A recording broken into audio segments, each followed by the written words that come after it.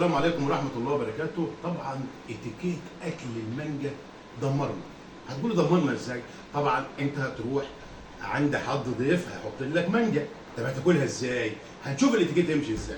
اهم حاجه نصلي على النبي ونعمل لك الفيديو وهقول لك تاكلها ازاي. نمسك المانجايه كده، اوعى تمسك المانجايه انت بتاكلها تاكلها كده، غلط. انت بتعملها كده غلط.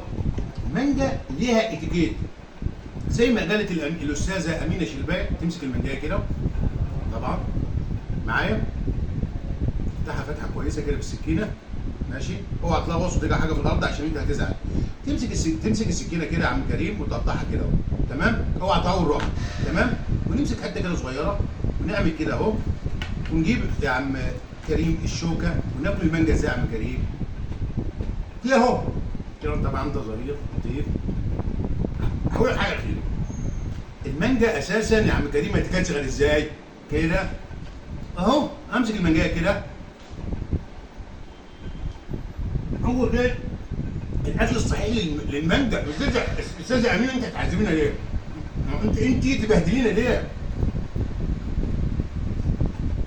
انا اول مره اعرف حاجه اسمها اتيكيت. المانجا تيجي بالليل تفتح الثلاجه تمسك عم بص يا عم كريم اهو.